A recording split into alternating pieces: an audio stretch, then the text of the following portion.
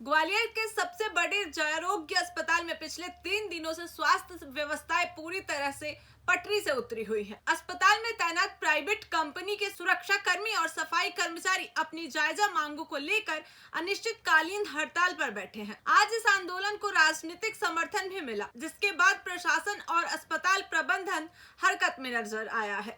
देखिए हमारी पूरी रिपोर्ट। ग्वालियर का जयारोग्य अस्पताल, जहां मरीजों की सेवा और इलाज होना चाहिए, वहां पिछले 72 घंटों से नारेबाजी और प्रदर्शन का माहौल बना हुआ है। अस्पताल में कार्यरत आउटसोर्सिंग कंपनी के सुरक्षा गार्ड और सफाई कर्मचारी अनिश्चितकालीन हड़ताल पर है। कर्मचारियों का आरोप है कि वे लंबे समय से वेतन, सुरक्षा और अन्य मांगों को लेकर प्रबंधन से गुहार लगा रहे हैं, लेकिन उनकी सुनवाई नहीं हो रही है। आज कर्मचारियों के समर्थन में कांग्रेस के वरिष्ठ नेता और प्रदेश महासचिव सुनील शर्मा भी धरना स्थल पर पहुंचे। उन्होंने सरकार और अस्पताल प्रबंधन पर गंभीर आरोप लगाए। अब देखना होगा कि प्रशासन का यह जल्द से जल्द वाला आश्वासन कब हकीकत में बदलता है, ताकि जयारोग्य अस्पताल में आने वाले मरीजों को हो रही परेशानी खत्म हो सके। क्या नाम है आपका? अनिल पिसाल। अनिल भाई, क्या किस तरह की मांगे थी और कब से हड़ताल है और कौन सी कंपनी है? सर जी, ये अपनी कंपनी एजाइल ग्रुप कंपनी है और लगभग 4 दिन से अपनी कंटिन्यू हड़ताल चल रही है। जैसा कि अभी 3 महीने पहले अपन ने अक्टूबर में हड़ताल करी थी, 28 अक्टूबर और 29 अक्टूबर को। तो उसमें अपनी मांगे ये थी, एक तो एरियल का अपना पैसा नहीं आया पूरा, ठीक है, 11 महीने का एरियल का पैसा नहीं आया है। दूसरा, जो हर साल हमें छुट्टी का पैसा मिलता था, जो लीव होती है अपनी, जैसे 15 अगस्त की छुट्टी, 26 जनवरी की, रक्षाबंधन, दीपावली, ये सारी छुट्टियों का पैसा हम जो त्यौहार होता था उस दिन हम यहाँ ड्यूटी करते थे, अपने घर में त्यौहार नहीं मनाते थे।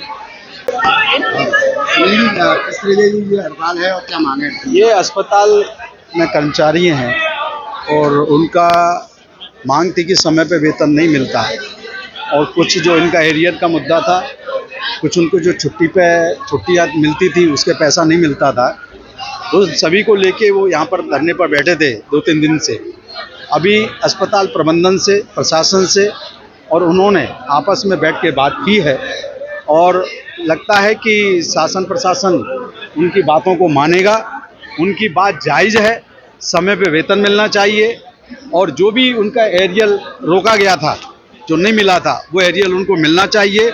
छुट्टी वाले दिन यदि काम कराते हैं, जो छुट्टियां उनको मिलती थी, उनका भी न्याय उनके साथ होना चाहिए।